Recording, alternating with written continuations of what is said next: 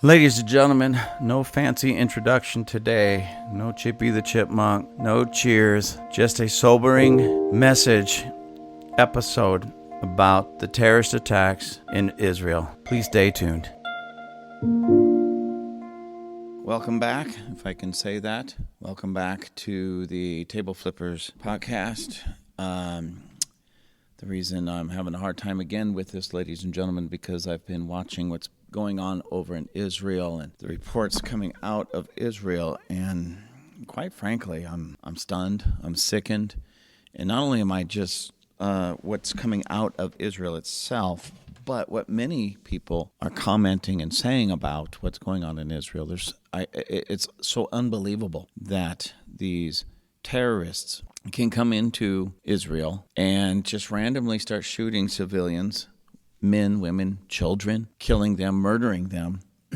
Not just one or two, like some crazed individual who runs into a bar or even shoots up a school because they're legitimately crazy. That's sick enough, and we need to make sure that doesn't happen. But these were many individuals. This wasn't just like one nut who lived in his mom's basement planning something like this because he was always the weirdo and the outcast. These are Palestinian terrorists, and there were many of them. And they came into Israel.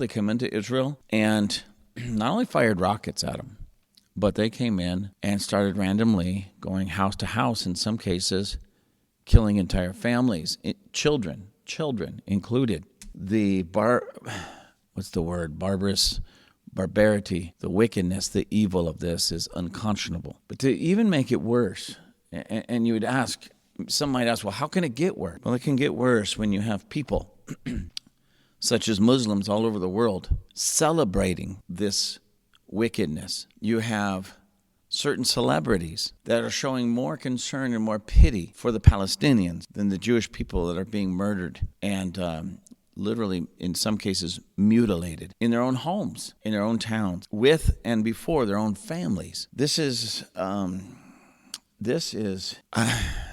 I'm trying to find the right words, ladies and gentlemen, and I can't. I mean, it's evil and wicked, of course, but it's a wake-up call isn't strong enough. But I'll use that because I can't really put words to what I'm feeling. This is a wake-up call for the rest of the world. This is a wake-up call for each and every one of us as individuals, us as citizens, even of the United States as a nation, because what happened there, number one, what happened there was horrible, absolutely horrible. I can't even imagine what the people there in Israel are even going through now, let alone what they were going through when these heinous crimes were being committed against them. I can't even imagine that, ladies and gentlemen. But, and I'm going to read an article in just a minute and take it back to where the focus really needs to be. But ladies and gentlemen, we have right here in our own home country. I don't know if you guys, I know I've been saying this, so I know you know this, but it's got to get beyond just some surface level understanding. Okay, you have to understand this. We have had open borders on the South ever since Biden came in, and even before that. And what they have been finding with our open borders is that not just people coming up from Mexico, or with Mexican heritage or Central American or South American heritage, they're finding Chinese operatives mixed in the group. They're finding Middle Eastern men of the same age as these terrorists mixed in the group. And those are the only ones they found. How many more have poured into this country? And now there's sleeper cells, possible brand new sleeper cells all over this country just waiting for orders to attack. We have pictures of people coming over the border armed with bulletproof vests, AR-style weapons, sidearms, camouflage, almost like there's some part of some military or paramilitary group. And we're told that those are just asylum seekers looking for a better life. Really? Dressed like that? Coming over illegally into our nation? Armed to the teeth? And where did those arms go? Where did those rifles go? Where did all the ammunition go? Where did those pistols go? Where does those bulletproof vests go? I mean, to the best of my ability, if you drive by, and I only say this because the reality that this happens. So before anybody says, oh, he's being racist. No, I'm not. Knock it off. Grow up. When was the last time you drove by or drove to a Home Depot where a lot of people that are here, maybe not all of them are illegal, but many of them are illegal, just looking for day work? How many of them are sitting around waiting for somebody to pull up with a pickup truck and say, get in, I'll put you to work? How many of them are wearing camouflage head to toe, combat boots, bulletproof vests, and wearing a sidearm? Oh, you don't see that, do you? So again, where did all of that armament go? See, we have this problem, ladies and gentlemen, where people, they got the feel goods, and that's what liberalism is all about. That's what the Democratic Party is all about. We feel good because we're doing something. Yeah, you're doing the wrong things. Oh, but we're doing something. We're helping people. Yeah, you're helping people to destroy our nation.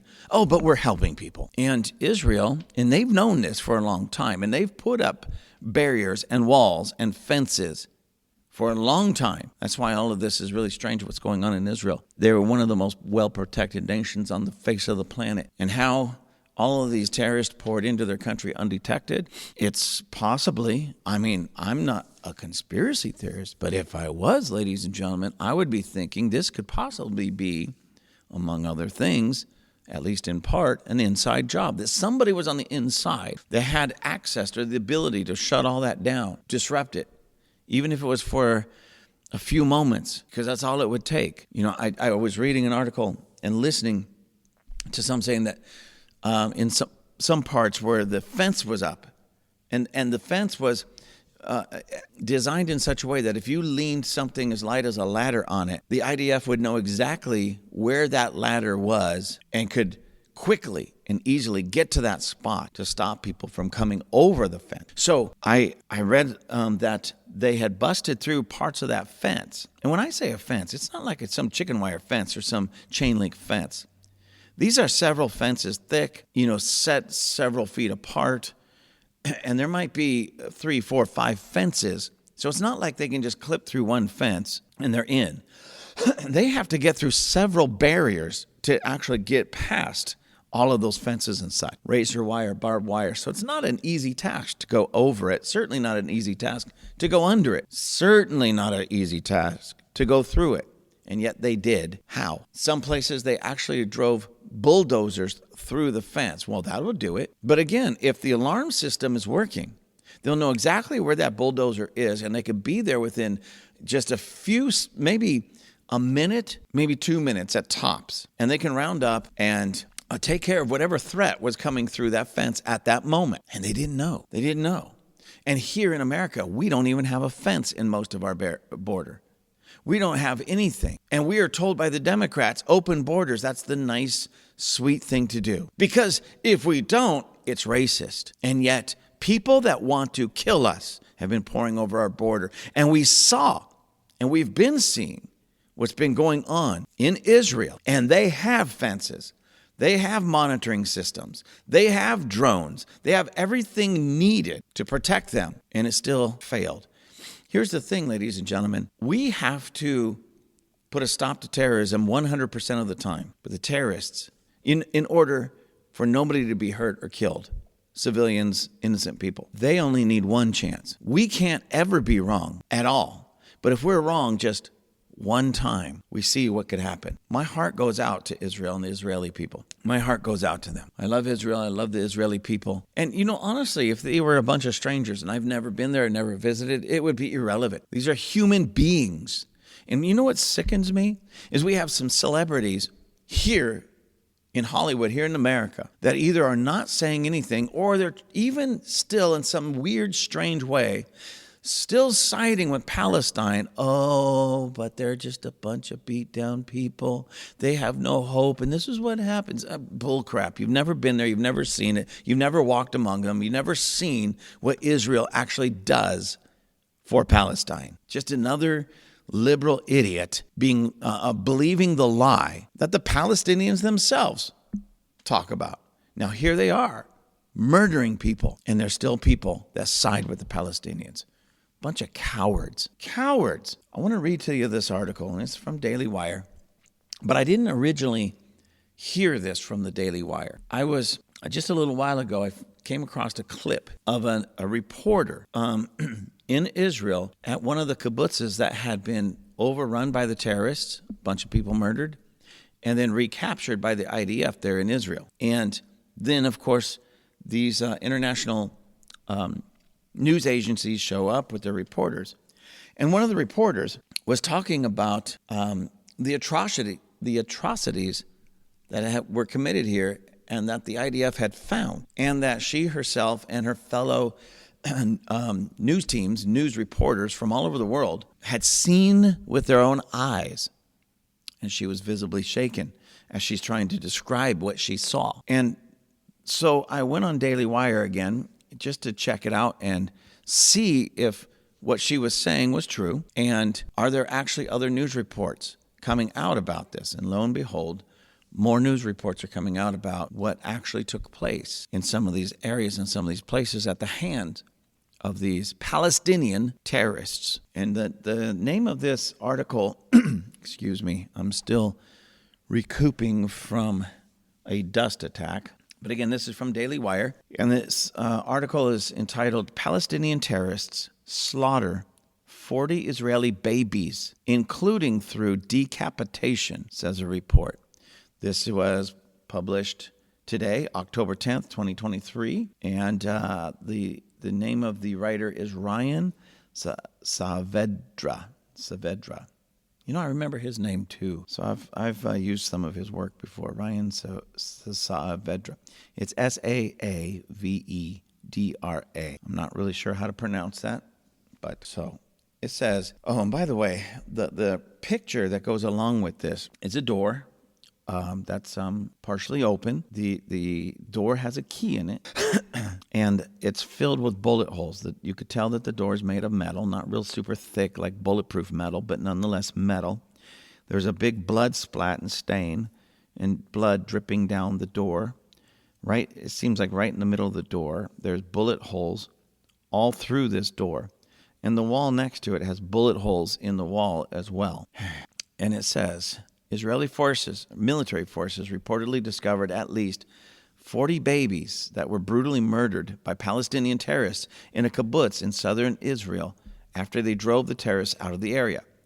Israeli-based I-24 news correspondent Nicole Zedek, reporting from Kfar Aza, said it was hard to even explain exactly the mass casualties that happened right here. Zedek said she saw baby cribs thrown to the side and strollers left behind after upwards of 70 terrorists stormed the community on Saturday, slaughtering entire families and taking numerous hostages. In a kibbutz, babies are typically all housed together in one nursery. The terrorists reportedly set homes on fire to force people out of their safe rooms, where they were then gunned down by the Islamic terrorists. It's not a war. It's not a battlefield. It's a massacre. You see the babies, the mother, the father, in their bedrooms, in their protection rooms, and how the terrorists killed them, said IDF Major General Itai Verov. It's something we used to imagine from our grandmothers, grandfathers, and programs in Europe and other places. This is the Major General saying this of the IDF, trying to wrap his brain around this horrible scene that they come across at this kibbutz. There's a tweet on X that's put into this, and it's from I-24 News, English, it says. It says about 40 babies were taken out on gurneys, cribs overturned, strollers left behind, doors left wide open. Our correspondent, Nicole Zedek, continues to survey the horror scenes left behind in the kibbutz Kfar Aza, where Hamas invaded and murdered dozens of Israelis in their homes. Now, there's a little clip that goes with this, ladies and gentlemen. I'm going to hit the button. I'm going to watch it and try to describe it to you as it's playing. Oh, I didn't realize there's going to be sound to it. Yeah, the camera is showing. Let me just stop this because I saw this one earlier. She's pointing out and showing the destruction. Homes completely crumbled down. There's body bags with people still in them, bodies still in them, as they're trying to figure out who these people are exactly and removing the bodies, and bloodstains everywhere. Bloodstains everywhere, ladies and gentlemen. This article goes on to say, images emerged showing blood-soaked cribs and child car seats where some of the children were murdered. Joe Truzman says this in an X tweet. An Israel Defense Forces source provided FDD's Long War Journal with a photograph of a child's blood-soaked bed in Kibbutz Karim Shalom following a Hamas-led attack on the home. And there's a video with this, but it says the following media includes potentially sensitive content. So earlier I clicked on it just to watch it or to look at it, and it's actually a photo. And it's of a baby bed in a room. The walls are white. The floor is like a white marble tile. There is blood all over the floor, splattered all over the floor, splattered on the wall. And this little baby's crib is filled, soaked with blood, absolutely soaked with blood. And yes, ladies and gentlemen, I'm going to make sure that you get the link to this in the description of this particular episode so that if you have the stomach for it, you can come and look at these images and these videos as well. Let me go on. Ben Shapiro, he puts out a tweet on X that says, the reality of evil is sickening. Look at it, understanding it, and fight it. This is a picture released by Israeli artist Tomer Peretz from a crib in Kibbutz Be'eri. This is what Hamas did to babies, children. And again, this particular crib, has blood stains in it. For me, I am so glad that this child is not still in this bed, and I would be looking at a murdered little baby. But this is a crib.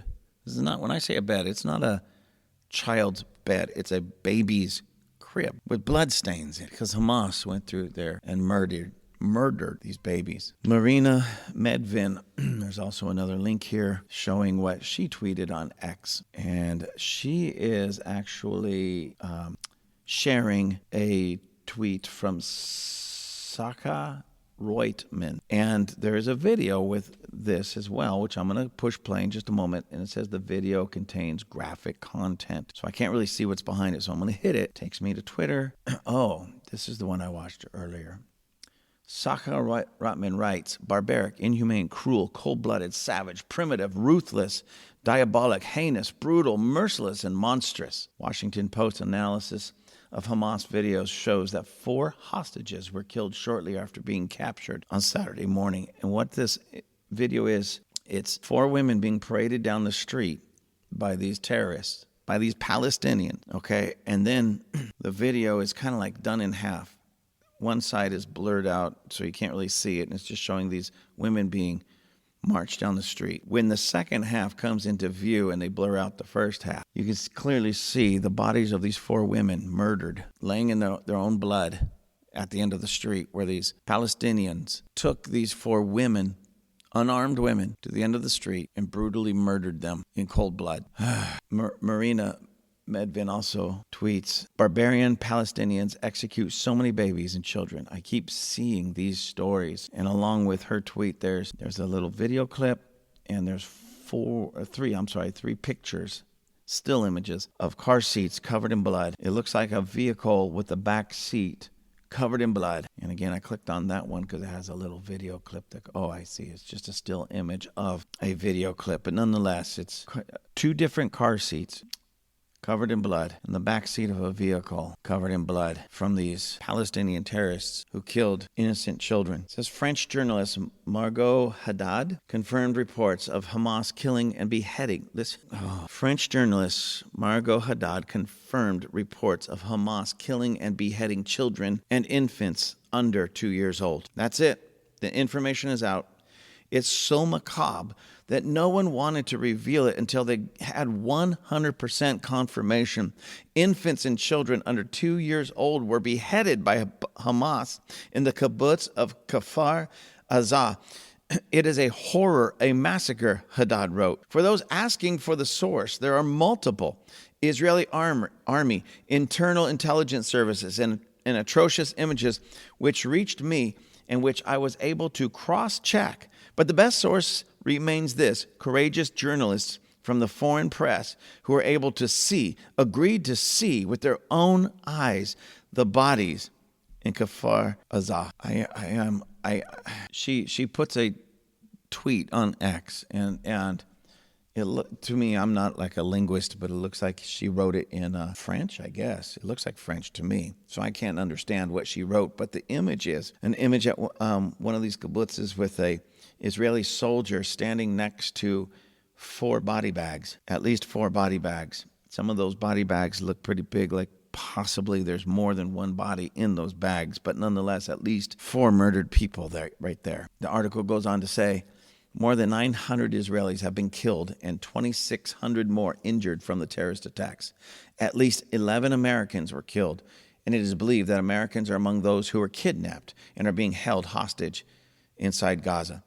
Terrorists launched thousands of rockets into Israel early Saturday morning on the 50th anniversary of the Yom Kippur War, sending people throughout the country running for bomb shelters. Israel said in a statement that terrorists had fired at least 4,500 rockets at the country. Simultaneously, the terrorists used drones to drop bombs on Israeli defenses on the border, rendering them inoperable as terrorists use explosives and bulldozers to smash through Israel's border wall. More than 1,000 terrorists then flooded into the country on paragliders, boats, motorcycles, trucks, and by foot as they hunted down innocent civilians door to door to slaughter or to kidnap. Ladies and gentlemen, as I am looking at this and going through these things, I am beside myself. I'm absolutely beside myself. I can't even imagine. I've often thought this, when thinking of people such as Hitler and the horrible things that he has done, or any mass murderer, any murderer for that point, but especially mass murder, genocidal kind of murder. I've often wondered, how could people be so wicked and so evil? When you hear about the atrocities of communism and upwards of 100 million people being murdered through communism, many of them in heinous ways, like being starved to death or worked to death, tortured, things of that nature. And I've often when I learn of these things and I see these things or hear of these things, I sit back and wonder, how can anybody be so evil? I understand people are not always the brightest and not always the most righteous, but wickedness on that level, I just can't understand. I can't even imagine it. I can't put myself in that situation. And yet, our Jewish brothers and sisters lived through it because of the wickedness of these Palestinian Muslim terrorists. These cowards. So cowardly are they that they didn't square off with the IDF. Instead, they went into a kibbutz. They went into the nursery, shot, murdered, and even beheaded infants, little babies under 2 years old. If beheaded is too nice of a word, let me describe it for you, ladies and gentlemen, so you get the full effect. You might get upset at me. You may even say, I shouldn't do this. I'm going to do it because you need to understand. You need to understand the mentality of these wicked people, so you will not fall prey to the media that tries to prop up the Palestinians as this group of people that are just good at heart, and that if Israel would stand down, they would just be at peace. Israel stands down every time. And all it does is embolden these wicked, evil cowards to not only try again, but to do something worse. And I don't know how bad it's going to get if these terrorists cutting off little babies' heads isn't enough for the world to be outraged. I'm not so sure this world is worth saving. So what is a beheading of anybody, let alone a child, say a 1-year-old little baby, taking a knife and cutting at that neck of that 1-year-old until you've completely removed the head from the body? What kind of wicked, evil coward does this? Palestinian Muslim terrorists. You will never, ever, ever be able to convince me that the Palestinians are just peace-loving people that want to be left alone. Peace-loving people don't cut off babies' heads. Peace-loving people, even those fighting for their freedoms, don't cut off babies' heads. That's pure evil. That's wickedness. That's disgusting on every level. And I can't imagine anybody standing up for that and saying, oh, that's okay, or turning their other cheek as if it didn't happen, or saying, yeah, but, and then trying to come up with some excuse as to how this is acceptable behavior from one human being to another, let alone infants and babies. Ladies and gentlemen, again, I'm at my wit's end. I don't even know if I could have a real, at least intelligent, peaceful conversation with anybody that would disagree or that would support the Palestinians on any level. I don't know that I could do that. This is wicked. This is evil. This is horrible. This is disgusting. This is perverted. This is beyond belief. And I, for one, refuse to support such wickedness, such evil, such unrighteousness, and such cowardice. This is unbelievable. Ladies and gentlemen, I apologize. I had to, you probably won't hear this because of the editing, but I had to turn off my recorder for just a moment, get myself together. As I did, I was just taking a deep breath, flipping through some Daily Wire, looking at some of just the headlines, and this one caught my attention. So I'm going to wrap this episode up with this article, again from Daily Wire. It says 14 Americans murdered by Hamas. U.S. citizens taken hostage, according to Joe Biden. The picture associated with this is it's kind of a strange picture. I think Joe Biden's trying to look tough. Kamala Harris in the background looking just like she's completely bored. She doesn't even want to be there. And Uncle Joe gritting his teeth. I don't know, doing his best, Clint Eastwood. But Clint Eastwood actually looked tough when he did it. But anyways, he looks more constipated than anything. I'm sorry, but he does. Fists clenched like he's like a real tough guy. Stay in your lane, Joe. It says President Joe Biden was an hour and a half late to his press conference on Tuesday to update the nation about the terror attacks in Israel. So he was an hour and a half late. I'm going to give him a little bit of grace because I don't even know why he was late, but he was an hour and a half late to give such an important update to the nation about the terror attacks in Israel. You know, I'm sure he was meeting with heads of security and intelligence and military, giving them the green light to go in there and smash some heads. Of course he was. That's what he was doing, right? Because Uncle Joe, I mean, the picture says it all. He's a tough guy. Yeah, right. Anyways, it says, he said that 14 Americans were murdered in the Saturday attacks by Hamas, a Palestinian Islamic terrorist organization, in addition to more than 1,000 Israelis. Thousands more were injured. The U.S. president confirmed that U.S. citizens were also taken hostage. He said that the U.S. would provide intelligence to the Israelis. Now listen to this, ladies and gentlemen. That the U.S. would provide intelligence to the Israelis in their efforts to recover the hostages. Now some of those hostages are our own people. It goes on to say, but he did not suggest that U.S. forces would be involved in any way in trying to rescue their fellow countrymen. Now maybe he was just keeping it quiet because secretly they're already there. Maybe that's why he was an hour and a half late. He was prepping them. I don't know. But I don't know about you, ladies and gentlemen.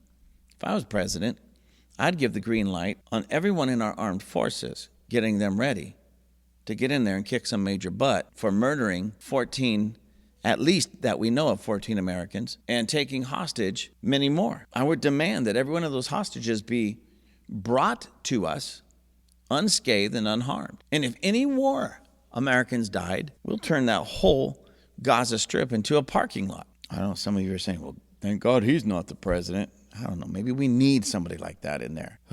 Anyways, it says, he said that U.S., I already read that. The 80-year-old president refused to answer questions from reporters about yet another foreign crisis that has erupted on his watch as experts and U.S. officials point to his weakness in foreign policy as a contributing factor. Of course it's his weakness.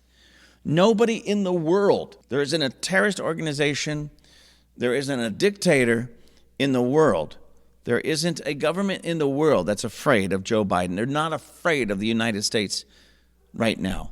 Not afraid whatsoever because of Joe Biden. I mean, when he's trying to look tough and when he's trying to make it sound like he's going to come in there with a firm hand, he looks constipated, ladies and gentlemen. That's how much strength the American people have right now. A constipated president. That's our strength. That's our man of the hour. That's the commander-in-chief. An 80-year-old with constipation. I don't know about you. Do you feel safe? Do you feel empowered? Do you feel like America is about to step into its best days? Back down, all you wimp cowardlies, because America's on. No. Anyways, let me just go on. My blood pressure's already off the chart right now. Biden claimed that his administration stood with Israel and would be providing support, but he failed to mention the Islamic Republic of Iran, which recent reports from the Washington Post and Wall Street Journal have said was behind the attacks. Well, of course they were, with U.S. money. Uncle Joe gave Iran $6 billion. And that's at least part of that $6 billion was used to fund this. The Iranian parliament and Iranian leaders praised the Palestinian terrorists for murdering Jews. They were cheering in chambers. They were cheering in the chambers there in Iran that this was going on. And again, what is this? This is a failure of Joe Biden. It's a failure of the Democrat voter. You voted for this if you voted for Joe Biden, if you voted Democrat. Anyways, National Security Advisor Jake Sullivan said during the White House press conference that there were more than 20 Americans still unaccounted for, which he said did not necessarily mean that they had all been taken hostage. I mean, yeah, we're still missing 20 Americans. We don't know where they're at. Oh, but does it mean that they're hostages? Yeah, I am beside myself. I am beside myself. In crisis, typically in crisis, it brings the country together. But this is one of those crises that is going to divide the country even more. Why? Because those of us who have at least 3 brain cells in our head that are still working can connect the dots very, very, very, very easily. In July of 2022, a little over a year ago, Joe Biden gave the Palestinians $613 million. Less than a month ago, he gave Iran $6 billion. Iran takes the money that Joe Biden gave them. The Palestinians take some of that money that Joe Biden gave them, and they buy weapons, and they come up with a scheme and a plan to attack Israel. And they do. And now 14 Americans are dead, at least 14, many more taken hostage, 20 unaccounted for, hundreds, around 1,000 innocent Israelis murdered, babies with their heads cut off, women executed on the streets. And the Democrat voter made all of this possible because they voted in a president that supports our enemies, people who chant death to America, death to Israel, and he gives our money. Our Democrat, Joe Biden, gives money to our enemies that want to see us dead and want to see Israel dead, and then sits back and wonders, how did all of this happen? You Democrats should be ashamed of yourself, absolutely ashamed of yourself. And now Uncle Joe, still trying to relieve himself of this constipation, won't even commit to sending ground troops in to the Gaza Strip to get our people home and to help the Israelis. This is unbelievable, ladies and gentlemen. I've said this before, I say it again. Elections have results, and you are seeing the result of the last presidential election.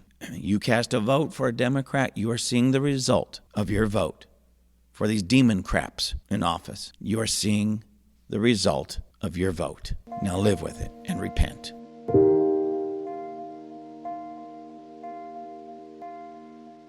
I want to thank everybody that supports Israel. I want to thank everybody that supports the Jewish people and the Jewish state.